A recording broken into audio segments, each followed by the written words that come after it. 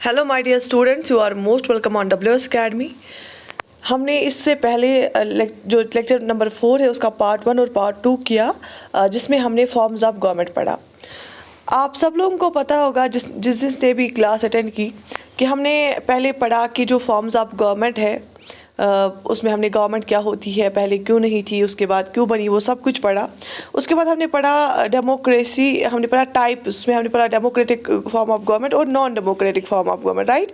फिर हमने सबसे पहला वाला टाइप डेमोक्रेटिक वाला उठाया था, जिसमें हमने डायरेक्ट डेमोक्रेसी के बारे में पढ़ा पहले, ठीक है। जब वो कंप्लीट किया उसके बाद हमने इनडायरेक्ट डेमोक्रेसी के बारे में पढ़ा, जिसको हम रिप्रेजेंटेटिव डेमोक्रेसी भी बोलते हैं। तो जो प्रीवियस लेक्चर में हमने क्या किया, we did about the representative democracy, हमने इनडायरेक्ट डेमोक्रेसी के बारे में पढ़ा। फिर उसमें हमने दो टाइप्स देखे। सबसे पहला टाइप, उसमें क्या हमने देखा, पार्लियामेंट्री फॉर्म ऑफ गवर्नमेंट, और दूसरा टाइप क्या देखा, प्रेसिडेंशियल फॉर्म ऑफ गवर्नमेंट। और जो पहला है इसमें पार्लियामेंट्री फॉर्म ऑफ गवर्नमेंट, उसके बारे में हमने पढ़ा, इन डिटेल हमने पढ़ा, राइट। जिसने भी मिस किए हैं वो लेक्चर्स, वो हमारी यूट्यूब चैनल पे अवेलेबल है। मैं इसका प्लेलिस्ट भी बना के रखूँगी, कश्मीर यूनिवर्सिटी जूनियर असिस्टेंट के नाम से, आप वो देख लीजिएगा। पूरे सारे टॉपिक्स का मैं बनाऊँगी, right. These are the very important topics, ये स्पेशली जो हम आज पढ़ रहे हैं, क्योंकि इससे आपका पॉलिटी का कोर हो जाएगा कंप्लीट, राइट। और ये मैं पढ़ा रही हूँ in context of India, specially ज़्यादा एग्जाम्पल इंडिया की दे रही हूँ, उससे आपका और ज़्यादा जो गवर्नेंस है हमारी इंडिया में वो क्लियर हो जाएंगी। और जो आपका कमेंट सेक्शन में प्यार मिल रहा है, that's really very beautiful and this motivating for me. So let's get started. We will today start from the features of the parliamentary system. Parliamentary system के features हम पढ़ेंगे। Parliamentary system of form of government क्या होती है वो मैंने आपको last lecture में पढ़ाया। देखो, पार्लियामेंट्री सिस्टम में मैंने आपको बताया कि मेजॉरिटी पार्टी होती है, उसका जो लीडर होता है वो प्राइम मिनिस्टर होता है। और मैंने आपको ये भी बताया कि ऑर्गन्स ऑफ गवर्नमेंट जो होती है 3 होते हैं, लेजिस्लेचर, एग्जीक्यूटिव एंड जुडिशरी, ये भी मैंने आपको बताया। जो पार्लियामेंट्री फॉर्म ऑफ सिस्टम है ना, इसमें पहला फीचर ये होता है कि यहाँ पे पार्लियामेंट्री सिस्टम में जो एग्जीक्यूटिव, मैंने आपको बताया ना, एग्जीक्यूटिव लॉ इम्प्लीमेंट करता है, रूल्स बनाता है। यहाँ पे 2 एग्जीक्यूटिव्स होते हैं, एक होता है रियल एग्जीक्यूटिव और दूसरा होता है नॉमिनल एग्जीक्यूटिव, ठीक है। जो पार्लियामेंट्री सिस्टम होता है, यहाँ पे 2 एग्जीक्यूटिव्स होते हैं, एक होता है रियल एग्जीक्यूटिव और दूसरा होता है नॉमिनल एग्जीक्यूटिव। रियल एग्जीक्यूटिव कौन होता है? The real executive is the prime minister. जो रियल एग्जीक्यूटिव होते हैं ना, आप कैसे याद रखोगे, ऐसे भी याद रखोगे कि सबसे ज़्यादा जो पावरफुल होता है ना यहाँ पे इंडिया में, वो आपको पता है नरेंद्र मोदी, जो मिस्टर नरेंद्र मोदी है, प्राइम मिनिस्टर है, वो बहुत ही पावरफुल है। तो रियल पावर, रियल, उससे आप याद रखोगे रियल एग्जीक्यूटिव कौन होता है? प्राइम मिनिस्टर होता है। नॉमिनल एग्जीक्यूटिव कौन होता है? प्रेसिडेंट होता है। नॉमिनल एग्जीक्यूटिव यहाँ पे प्रेसिडेंट होता है इंडिया में।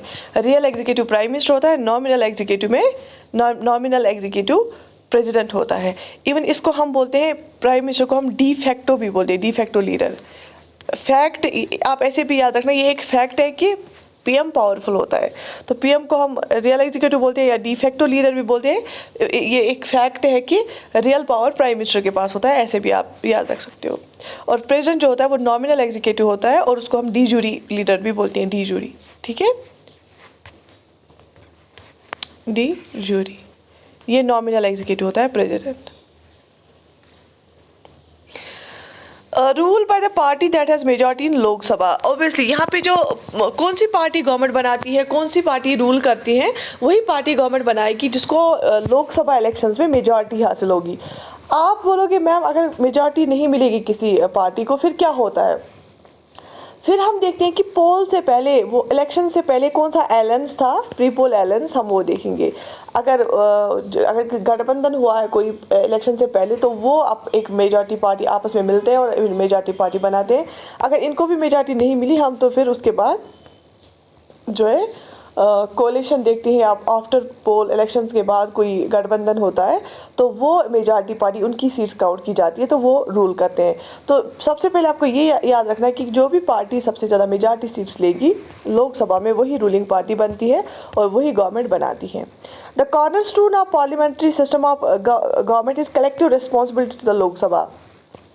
पार्लियामेंट्री फॉर्म ऑफ गवर्नमेंट जो होती है ना, उसका सबसे इम्पॉर्टेंट हमारी कॉन्स्टिट्यूशन में एक आर्टिकल देखें, आर्टिकल 75, याद रख लेना।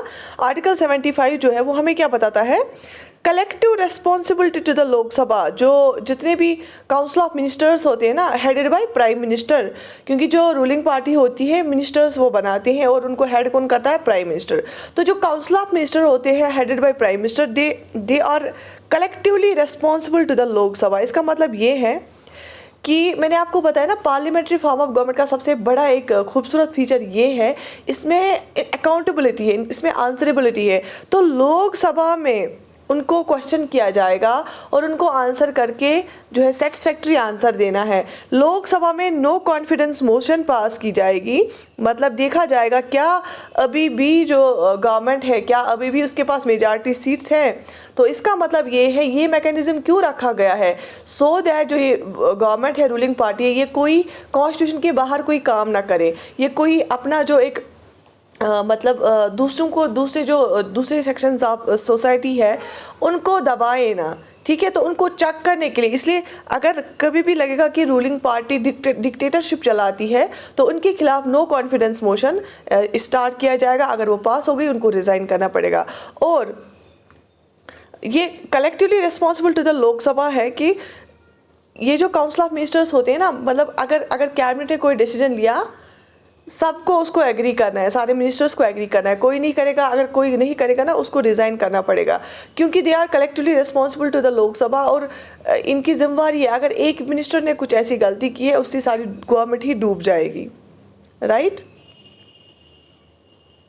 तो ये this is the bedrock principle of parliamentary form of government, right.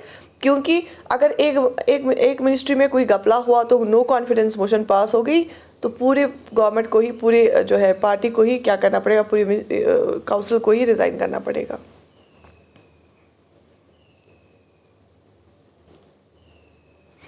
Only for Lok Sabha no confidence vote can not introduce in Rajya Sabha.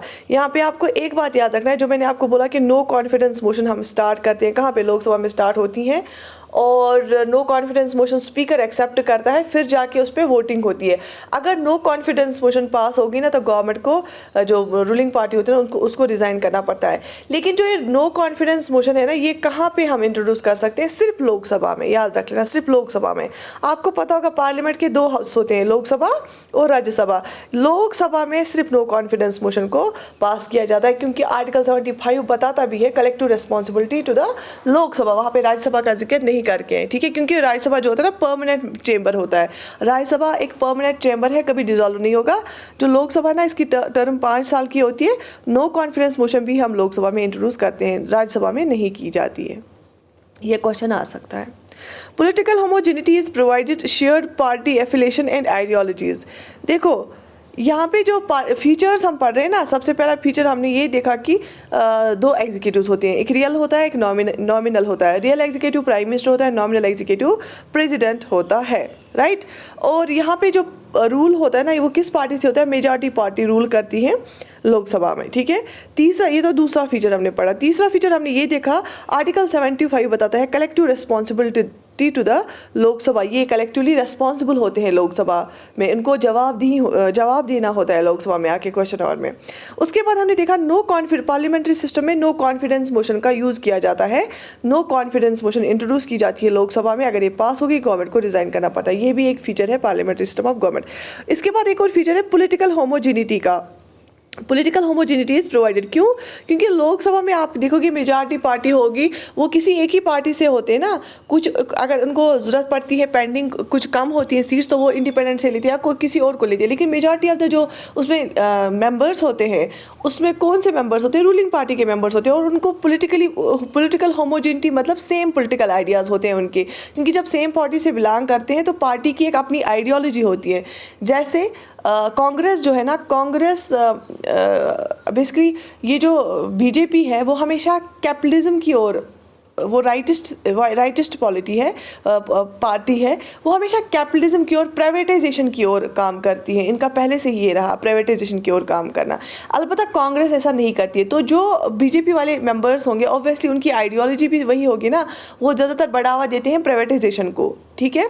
तो इसीलिए इसको हम पॉलिटिकल होमोजेनिटी बोलते हैं। उनके आइडियाज़ भी सेम होते हैं। Shared party affiliation and ideologies, इनकी आइडियोलॉजी सेम होती है। जो भी मेंबर्स एक पार्टी को बिलोंग करते हैं तभी तो वो एक पार्टी में आते हैं, है ना। और जो इनकी वो आइडियोलॉजीज़ होती है वो इलेक्शन मैनिफेस्टो में भी दिखती हैं। जैसे बीजेपी गवर्नमेंट जब आई, उन्होंने यूनिफॉर्म सिविल कोड यूसीसी बोला अपने इलेक्शन मैनिफेस्टो में रखा था। इन्होंने एब्रोगेशन ऑफ आर्टिकल 370 रखा था। इन्होंने बहुत सारी चीज़ें रखी थी, जैसे अयोध्या वाला केस, बाबरी मस्जिद का केस। तो ये इनका इलेक्शन मैनिफेस्टो में था, तभी था जब इनकी पार्टी की आइडियोलॉजी थी। और जो मेंबर्स इनके साथ जुड़े हुए थे उनकी भी आइडियोलॉजी सेम ही है, तभी वो इस पार्टी के साथ जुड़ गए, right. Ministers have dual membership in the legislative and executive branch. अब यहाँ पे आपको समझना है, एक और फीचर ये है कि यहाँ पे जो मिनिस्टर्स होते हैं ना, मिनिस्टर्स का ड्यूअल मेंबरशिप होता है। ड्यूअल मेंबरशिप मतलब दो मेंबरशिप। कैसे होती है उनकी दो मेंबरशिप? देखो, मिनिस्टर वही बनेगा ना जो मेंबर ऑफ पार्लियामेंट होगा, है ना। ऑब्वियसली मेंबर ऑफ पार्लियामेंट होगा, या कोई बंदा पहले मिनिस्टर बनता है, 6 महीने के अंदर अंदर उसको इलेक्शन जीतना होता है, तो वो अल्टीमेटली मेंबर ऑफ पार्लियामेंट ही होता है। तो जो मेंबर ऑफ पार्लियामेंट होता है दैट मीन्स वो लेजिस्लेटिव में है, लेजिस्लेचर में मेंबर है ना। तो एक मेंबरशिप हो गई। दूसरा जो मिनिस्टर होगा, मिनिस्टर क्या होता है, मिनिस्टर को क्या करना होता है, उसको जो है जो पार्लियामेंट में लॉ बनता है उसको लॉ को इम्प्लीमेंट कराना होता है। और मिनिस्टर क्या होता है, ये एग्जीक्यूटिव होता है। तो पार्लियामेंट मेंबर ही मिनिस्टर भी होता है ना। जैसे for example Rajnath Singh defence minister है हमारा, लेकिन वो पार्लियामेंट मेंबर भी है। अमित शाह होम मिनिस्टर है हमारा, वो पार्लियामेंट मेंबर भी है। अमित शाह हेड करता है होम मिनिस्ट्री को, तो दैट मीन्स वहाँ पे वो एज अ मिनिस्टर वो एग्जीक्यूटिव है, लेकिन पार्लियामेंट मेंबर होने के बावजूद क्या है, वो होने की वजह से वो एक लेजिस्लेटिव विंग में है ना। सेम तो जो मिनिस्टर्स होते हैं ना, वो उनकी ड्यूअल मेंबरशिप होती है। वो यहाँ पे लेजिस्लेचर में भी होते हैं और एग्जीक्यूटिव ब्रांच में भी होते हैं। हाँ, आपको यहाँ पे याद रखना है कि जैसे बीजेपी पार्टी है, अभी मेजॉरिटी उनके पास सीट्स है, लोकसभा में है, लेकिन सारे उनके पार्लियामेंट मेंबर्स मिनिस्टर्स नहीं है, क्योंकि मिनिस्टर्स कम होते हैं ना।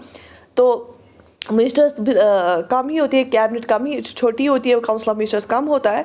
तो पार्लियामेंट मेंबर्स जितने भी बीजेपी के, उनमें से कुछ मेंबर्स मिनिस्टर्स हैं। तो मिनिस्टर्स जितने भी हैं ना, उनकी ड्यूअल मेंबरशिप होती है। एक तो वो लेजिस्लेचर में भी जाते हैं, एक तो वो लॉ बनाने के टाइम भी प्रेजेंट होते हैं, क्योंकि पार्लियामेंट में क्या होता है, लॉ बनता है ना। तो वो जो मिनिस्टर्स हैं वो तो लॉ बनने के टाइम पे भी प्रेजेंट होते हैं ना, वो वहाँ पे भी वोट करते हैं और फिर उसके बाद उस लॉ को इम्प्लीमेंट भी करते हैं। क्योंकि फॉर एग्जाम्पल पार्लियामेंट में पास हुआ सिक्योरिटी रिलेटेड कोई चीज़, ठीक है, तो वहाँ पे क्या अमित शाह प्रेजेंट होगा? ऑब्वियसली होगा। क्यों? क्योंकि वो पार्लियामेंट मेंबर है, लोकसभा में वो प्रेजेंट होगा, और वहाँ पे जब बिल पास होगी तो वो भी प्रेजेंट होंगे, है ना। तो लॉ बनने के टाइम अमित शाह जी प्रेजेंट थे।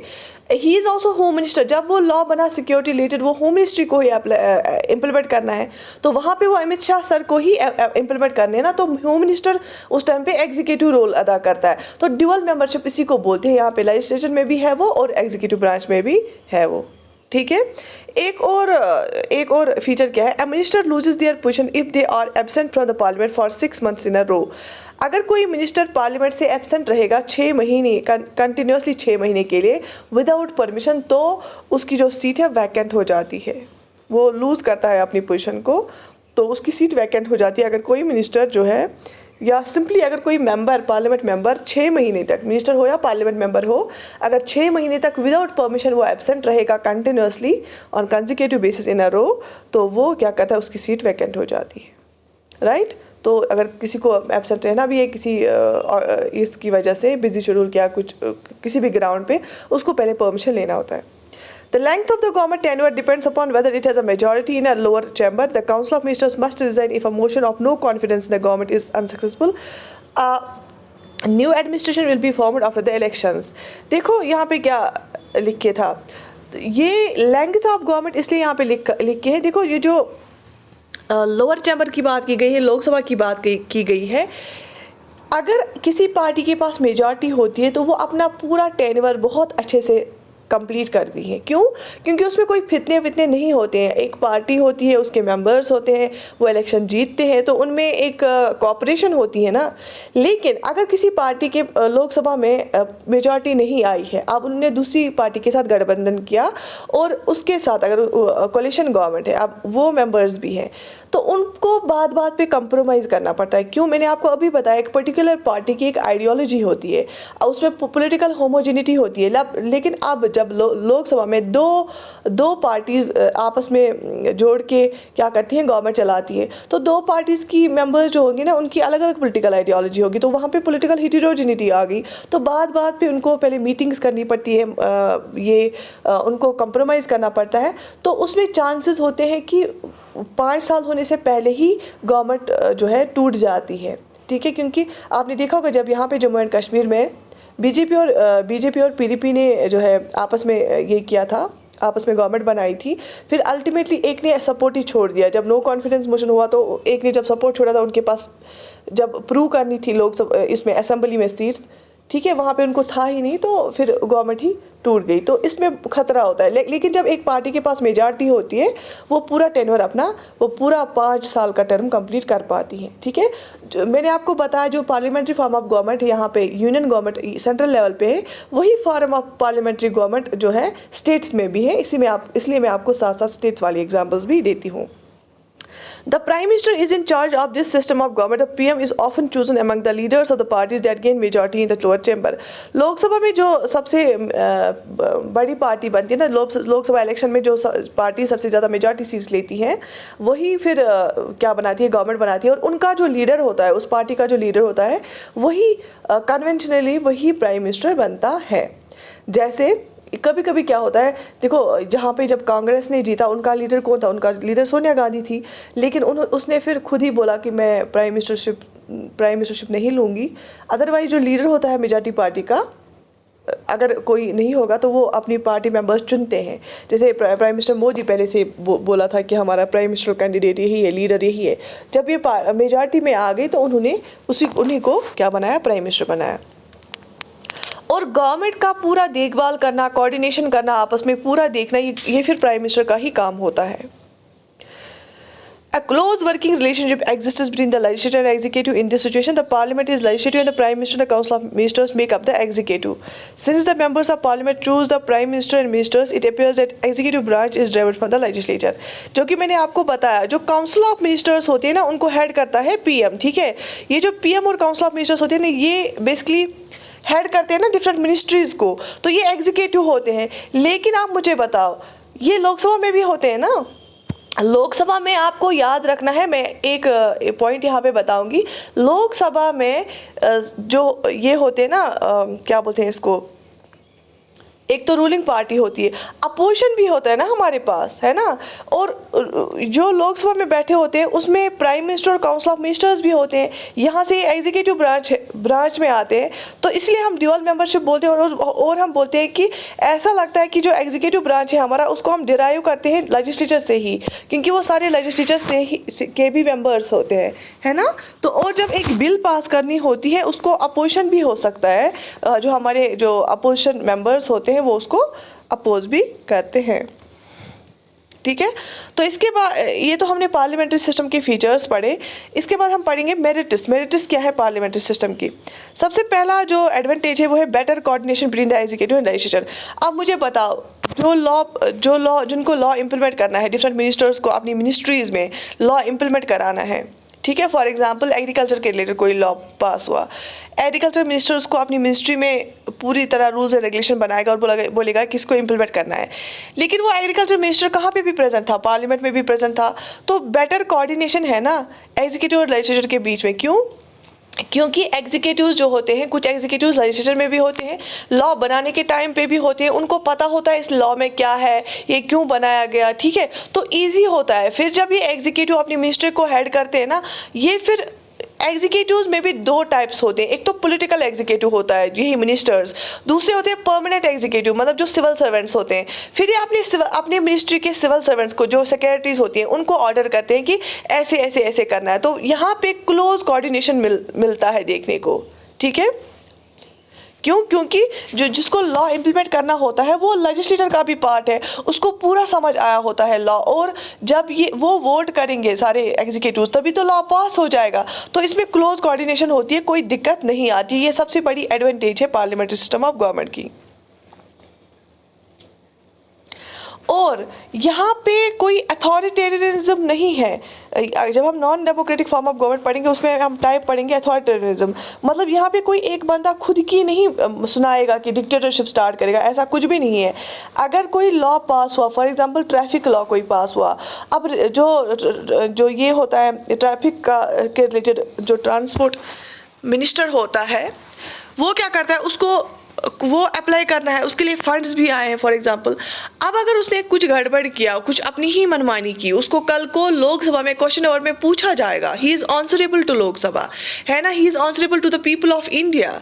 जब डिस्कशन होता है, डिबेट होता है, अगर उसमें कुछ देखा अपोजिशन वालों ने कुछ निकाल के लाया बाहर, या मीडिया ने कुछ दिखाया कि कुछ गड़बड़ हुई है, तो उससे गवर्नमेंट को ही खतरा होता है, फिर नो कॉन्फिडेंस मोशन आके फिर उनको रिज़ाइन करना पड़ता है। लेकिन प्रेसिडेंशियल फॉर्म ऑफ गवर्नमेंट में ये सब कुछ नहीं होता है। इसीलिए हमारे जो फोर फादर्स हैं, यहाँ पे कॉन्स्टिट्यूशन मेकर्स हैं, उन्होंने पार्लियामेंट्री फॉर्म ऑफ गवर्नमेंट को अडॉप्ट किया।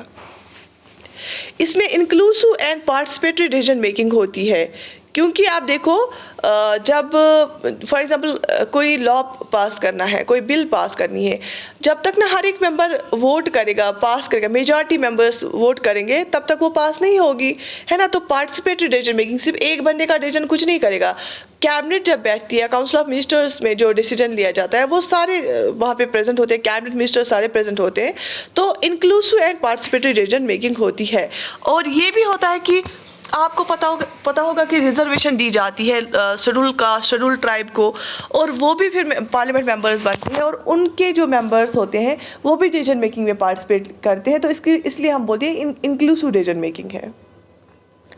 दूसरा है कि रेस्पॉन्सिबल गवर्नमेंट। क्या है responsible government?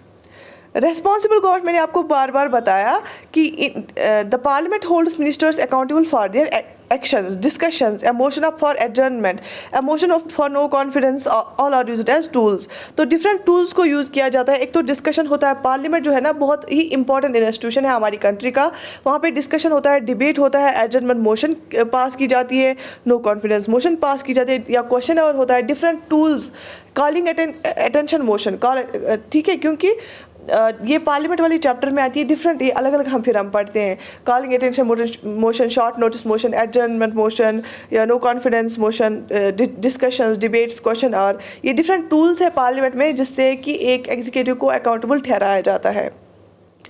Prepare an alternative government in the event that a majority dissents. Under this arrangement, the parliament provides representation to the nation's many groups. Obviously, अब देखो parliament members जो होते हैं ना वो मुल्क के कोने कोने से आए होते हैं। हर एक कॉन्स्टिट्यूंसी में देखोगे कि जितनी भी कॉन्स्टिट्यूंसीज है वहाँ से मेंबर्स जाते हैं। रिजर्वेशन जिन सेक्शंस को मिली है, शेड्यूल ट्राइब मेंबर्स भी है, तो वो अपने मुद्दे भी सामने रखते हैं। ट्राइबल एरियाज़ में कोई इशू होगा, उनके साथ भेदभाव किया होगा, तो वो इशूज़ भी सामने रखे जाते हैं हमारे पार्लियामेंट में। तो रेस्पॉन्सिबल गवर्नमेंट होती है, ये भी एक मेरिट है इसका।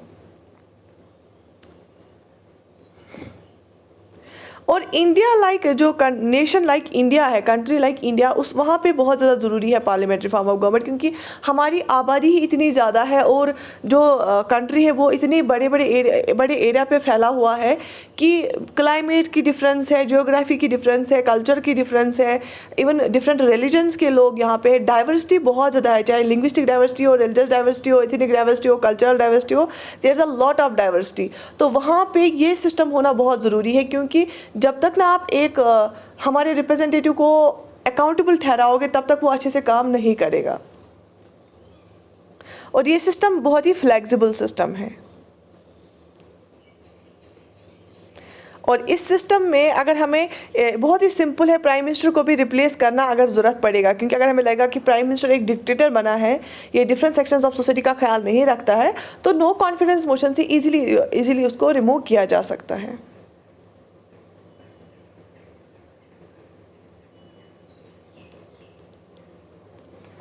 लेकिन अगर आप प्रेसिडेंशियल फॉर्म ऑफ गवर्नमेंट की बात करेंगे, वहाँ पे जितना यहाँ पे पावरफुल प्राइम मिनिस्टर होता है ना, उतना वहाँ पे पावरफुल प्रेसिडेंट होता है।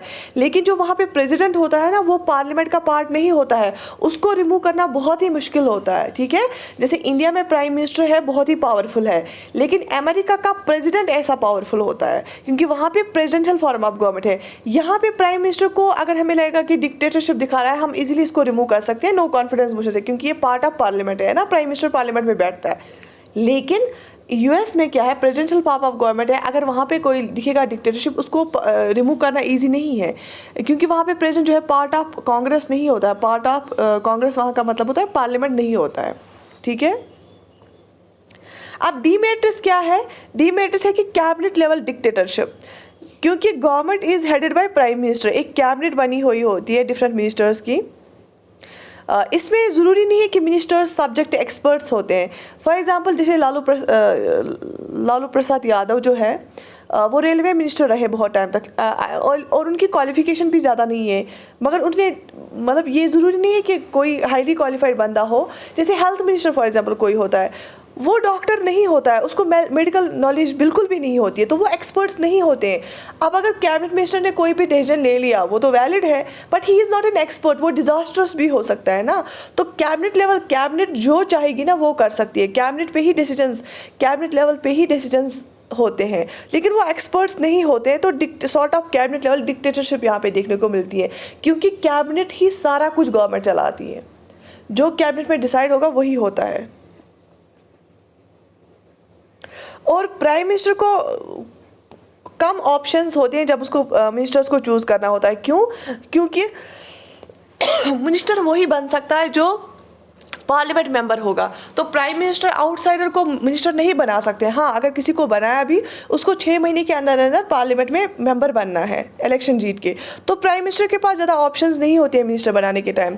तो हमारा हेल्थ मिनिस्टर वो भी होता है जिसको मेडिकल की कोई नॉलेज नहीं होगी। हमारा एग्रीकल्चर मिनिस्टर ऐसा भी हो सकता है कि जिसको एग्रीकल्चर की कोई नॉलेज नहीं होगी, राइट। और सिविल ऑफिसर्स जो होते हैं ना, जो ब्यूरोक्रेट्स यहाँ पे होते हैं, जो सिविल सर्वेंट्स होते हैं, उनके पास बहुत ही ज़्यादा पावर दिया गया होता है, क्योंकि कभी क्या होता है कि वो फिर करप्शन में इन्वॉल्व होते हैं, तो आम लोगों को बहुत प्रॉब्लम होती है, राइट। और जो सिविल सर्वेंट्स होते हैं ना, ये एक्सपर्ट्स होते हैं, सिविल सर्वेंट्स को बहुत पता होती है, इन्होंने फील्ड में भी काम किया होता है, और ये हाईली एजुकेशनल बैकग्राउंड से होते हैं। ये जो सिविल सर्वेंट्स होते हैं, ये ही एडवाइस करते हैं मिनिस्टर्स को कि क्या क्या किस इशू पे क्या डिसीजन लेना है। ठीक है, सिविल सर्वेंट्स एडवाइस करते हैं, सिविल सर्वेंट्स मशवरा देते हैं मिनिस्टर्स को, क्योंकि मिनिस्टर्स ज़्यादा एक्सपर्ट्स नहीं होते हैं, क्वालिफाइड ज़्यादा नहीं होते हैं एजुकेशनली, तो सिविल सर्वेंट्स क्या करते हैं, उनको मशवरा देते हैं, ऐसे करना है वैसे करना है। लेकिन सिविल सर्वेंट्स तो मशवरा उनको देते हैं, लेकिन सिविल सर्वेंट्स खुद आंसरेबल नहीं है लोकसभा में। लोकसभा में कौन आंसरेबल है? मिनिस्टर्स आंसरेबल है ना, सिविल सर्वेंट्स नहीं है। और पार्लियामेंट्री गवर्नमेंट जो होती है ना, it is susceptible to non constitutional measures. कभी कभी क्या होता है, ये कुछ कॉन्स्टिट्यूशन के बाहर, जो हमारी कॉन्स्टिट्यूशन में है भी नहीं, वो वाली उन वाली प्रेशर्स में आ जाते हैं। कभी क्या होता है फिर पार्लियामेंट्री फॉर्म ऑफ गवर्नमेंट में कि पॉलिटिशियन सिविल सर्वेंट नेक्सस होता है, वो एक करप्शन में आ जाते हैं, तो जिससे लोगों का नुकसान हो जाता है। ठीक, तो कि कैबिनेट लेवल डिक्टेटरशिप चलती है। क्यों? क्योंकि जो कैबिनेट में मिनिस्टर्स होते हैं वो खुद एक्सपर्ट्स नहीं होते हैं, वो सिविल सर्वेंट्स पे डिपेंड होते हैं एडवाइस के लिए। सिविल सर्वेंट्स उनको मशवरा तो देते हैं, लेकिन वो खुद आंसरेबल नहीं होते हैं, मिनिस्टर्स आंसरेबल होते हैं। तो फिर कभी कभी क्या होता है, सिविल सर्वेंट्स और मिनिस्टर्स नेक्सस बहुत देखा गया है इंडिया में भी, करप्शन में आ जाते हैं, या किसके साथ, बिजनेस वालों के साथ भी ये करप्शन करते हैं। दूसरा, no consistency in policies. Parliamentary form of government में कोई कंसिस्टेंसी नहीं होती है पॉलिसीज़ में। कंसिस्टेंसी मतलब कंटिन्यूटी। फॉर एग्जांपल, आपने देखा होगा जब इससे पहले कांग्रेस की गवर्नमेंट थी 2 टर्म्स के लिए, उसके बाद क्या आ गई, बीजेपी वाली गवर्नमेंट आ गई। जो ही बीजेपी वाली गवर्नमेंट आ गई, उन्होंने जो स्कीम्स चल रही थी, स्टार्ट की थी कांग्रेस ने, एक तो कुछ स्कीम्स को बंद किया इन्होंने और अपनी नई स्कीम्स लॉन्च की। तो कंसिस्टेंसी है पॉलिसीज़ में, बिल्कुल भी नहीं है। और क्या हुआ कि नाम भी सारे चेंज ही कर दिए गए पॉलिसीज़ के, इवन पॉलिसीज़ को रिप्लेस भी किया गया। इन्होंने, बीजेपी गवर्नमेंट ने अपनी पॉलिसीज़ लाई, जो कांग्रेस ने स्टार्ट की थी वो ख़त्म ही हो गई। तो कोई कंसिस्टेंसी नहीं है। अगर फॉर एग्जांपल यहाँ पे बोलेगा कांग्रेस की हमें कोई प्रोजेक्ट स्टार्ट करना है, लेकिन बीच में ही 5 साल से पहले ही क्या हो गई, गवर्नमेंट ख़त्म हो गई, वो प्रोजेक्ट्स भी वैसे ही रहते हैं और फिर ऐसे वेस्टेज ऑफ टाइम भी हो जाता है। क्योंकि changes in the government are typically followed by changes in the government's policy, क्योंकि यहाँ पे मल्टी पार्टी सिस्टम है ना, इंडिया में डिफरेंट पार्टीज़ है। जैसे अमेरिका की बात करेंगे, वहाँ पे बाई पार्टी सिस्टम है, वहाँ पे 2 पार्टीज़ है, लेबर रिपब्लिकन, जो भी डिफरेंट हम देखेंगे कंट्रीज़ का। लेकिन अगर आप इंडिया की बात करेंगे, यहाँ पे मल्टी पार्टी सिस्टम है, यहाँ पे बीजेपी दिखेगा, कांग्रेस, आम आदमी पार्टी, है ना, तो डिफरेंट पार्टीज़ है। तो यहाँ पे क्या होता है, डिफरेंट पार्टीज़ की अपनी डिफरेंट आइडियोलॉजीज़ होती है। जो पार्टी पावर में आती है ना, वो अपने हिसाब से चेंज करती है, तो यहाँ पे कोई कंसिस्टेंसी नहीं है। और यहाँ पे absence of true separation of power है, ये भी एक ड्रॉबैक है। मतलब absence of true separation of power क्या होता है? देखो, जो सेपरेशन ऑफ पावर है ना, सेपरेशन ऑफ पावर ज़रूरी होता है। जैसे सेपरेशन ऑफ पावर हो गया, 3 ऑर्गन्स है गवर्नमेंट के, लेजिस्लेचर, एग्जीक्यूटिव और जुडिशरी। ये जो 3 ऑर्गन्स होते हैं ना, ये आपस में सेपरेट होने चाहिए। क्या इंडिया में सेपरेट है? पूरी तरह से नहीं है। क्यों? मैंने आपको बार बार बताया, एग्जीक्यूटिव पार्ट ऑफ लेजिस्लेचर भी है। इंडिया में पूरी तरह से सेपरेशन ऑफ पावर नहीं है, अमेरिका में पूरा सेपरेशन ऑफ पावर है। देखो, सेपरेशन ऑफ पावर क्यों ज़रूरी है? लेजिस्लेचर में अगर लॉ बनेगा ना, तो जुडिशरी उस लॉ को देखती है क्या कॉन्स्टिट्यूशन के हिसाब से है या नहीं है। अगर नहीं होगा, उस लॉ को नल एंड वाइड करार देती है जुडिशरी। अगर एग्जीक्यूटिव कोई नोटिफिकेशन निकालता है, जुडिशरी देखता है क्या लोगों के फंडामेंटल राइट्स पे असर पड़ा। अगर असर पड़ा, उस नोटिफिकेशन को नल एंड वाइड करार देती है जुडिशरी। तो अगर एग्जीक्यूटिव ने कोई घपला किया, लेजिस्लेचर उसको क्या करेगा? इसको आंसरेबल ठहराएगा। लेकिन आप देखो, लेजिस्लेचर, एग्जीक्यूटिव भी पार्ट है लेजिस्लेचर का, है ना, तो पूरी तरह से या बड़े बड़े पोस्ट उसमें क्या होता है, प्रेसिडेंट उनको क्या करता है? अपॉइंट करता है। तो इसमें क्या होता है, इंडिया में पूरी तरह से सेपरेशन ऑफ पावर नहीं है। हाँ, यहाँ पे 3 ऑर्गन्स है गवर्नमेंट के, वो करते हैं चेक्स एंड बैलेंसेस। वो देखते हैं एक दूसरे का काम। अगर कोई गलत काम करता है, दूसरा ऑर्गन उस पर एक्शन लेता है। लेकिन पूरी तरह से यहाँ पे सेपरेशन ऑफ पावर नहीं है। ठीक है।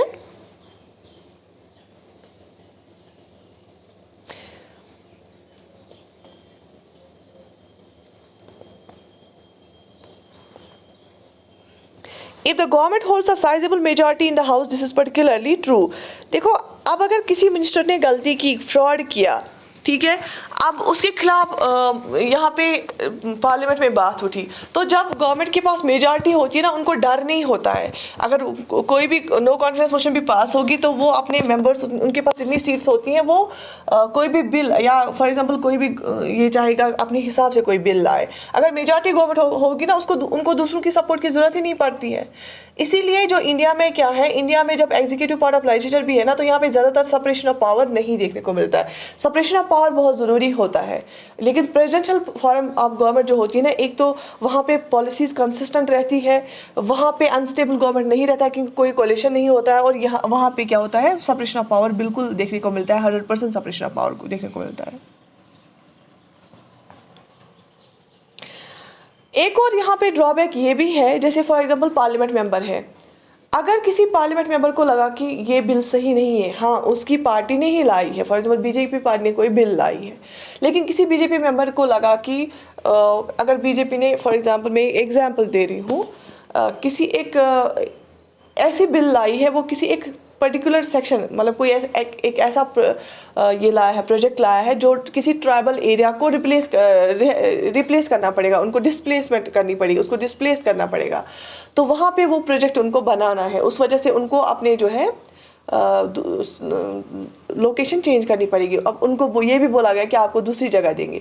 अब अगर उस एरिया से कोई मिनिस्टर है, अब यहाँ से वो बीजेपी का ही मिनिस्टर है, बीजेपी का ही मेंबर ऑफ पार्लियामेंट है, ठीक है। अब बीजेपी ने ही ये प्रोजेक्ट लाया है क्योंकि इससे फ़ायदा बहुत होगा, राइट। तो यहाँ पे पार्लियामेंट्री फॉर्म ऑफ गवर्नमेंट में ये ड्रॉबैक है, वो मेंबर उसको वोट करना ही करना है लेजिस्लेचर में। क्यों? क्योंकि इनको क्या होता है, डिफेक्शन हम पढ़ेंगे, एक एंटी डिफेक्शन लॉ होता है हमारे पास जो 10th शेड्यूल में है, मैं आपको अलग से पढ़ाऊंगी। इनको जो पार्टी बोलेगी ना, अगर कोई भी बिल होती है, हर एक पार्टी में जो लीडर होता है वो उनको बोलता है, विप होता है, वो उनको बोलता है कि आप इस बिल को वोट करना, ठीक है। तो उनको ओबे करना होता है लीडरशिप को। अगर पार्टी बोलेगी कि इस बिल को वोट नहीं करना है, नो करना है, तो उनको माननी है बात। जो नहीं मानेगा ना, उसके खिलाफ कार्रवाई होती है, उसको क्या किया जाता है, उसके खिलाफ एंटी डिफेक्शन लॉ लगाया जाता है, उसको डिस्क्वालीफाई किया जाता है। तो वहाँ पे हमारी पार्लियामेंट्री फॉर्म ऑफ गवर्नमेंट में मेंबर ऑफ पार्लियामेंट्स को फ्री विल नहीं दिया जाता है। ये भी डिबेट स्टार्ट हुआ था कि यहाँ पे जो पार्लियामेंट मेंबर्स होते हैं ना, उनको फ्री विल दिया जाए।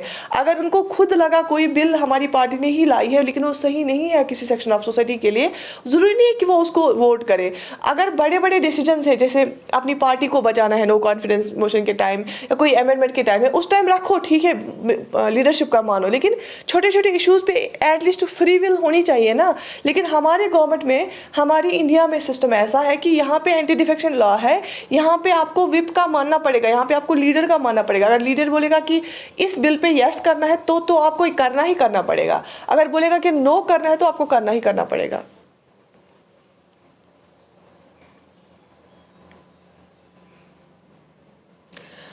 एक और ड्रॉबैक ये भी है, अगर आपको मेजॉरिटी यहाँ पे सीट्स नहीं मिली है, फिर वो करते हैं काम, उन दो पार्टी के मेंबर्स इनके साथ जुड़ जाते हैं, इस दो पार्टी के मेंबर्स जुड़ जाते हैं, तो उससे भी गवर्नमेंट अनस्टेबल रहती है, क्योंकि बात बात पे लड़ाई होती है। प्रेसिडेंशियल फॉर्म ऑफ गवर्नमेंट में ये सब चीज़ें नहीं होती, ये सब ड्रॉबैक वहाँ पे नहीं होती हैं। वहाँ पे कंसिस्टेंसी होती है पॉलिसीज़ में, वहाँ पे सेपरेशन ऑफ पावर होता है, वहाँ पे क्या होता है कि वहाँ पे आपको कोई अनस्टेबल गवर्नमेंट नहीं होती है, ठीक है। यहाँ पे आप, वहाँ पे आप, लेकिन जो मेरिट्स इसमें है ना, वहाँ पे भी कुछ डिमेरिट्स है। जैसे यहाँ पे रेस्पॉन्सिबल गवर्नमेंट है, इनको आंसर देना पड़ता है। यहाँ पे हम अगर ये डिक्टेटरशिप नहीं कर सकते, हम इजीली रिप्लेस कर सकते हैं प्राइम मिनिस्टर को, वहाँ पे वो सारी फैसिलिटीज़ अवेलेबल नहीं होती है।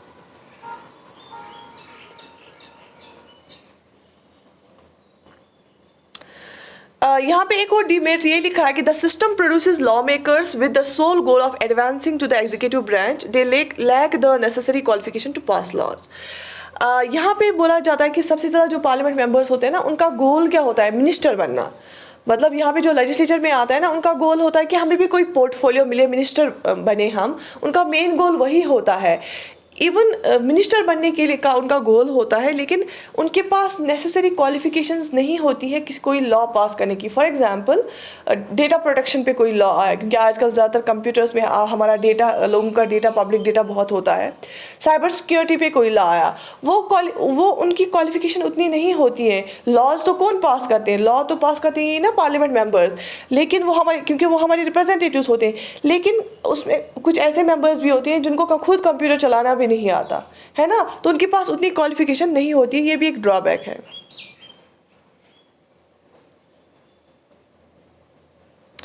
The Council of Ministers frequently delays making big long-term policy choices because it has no fixed tenure।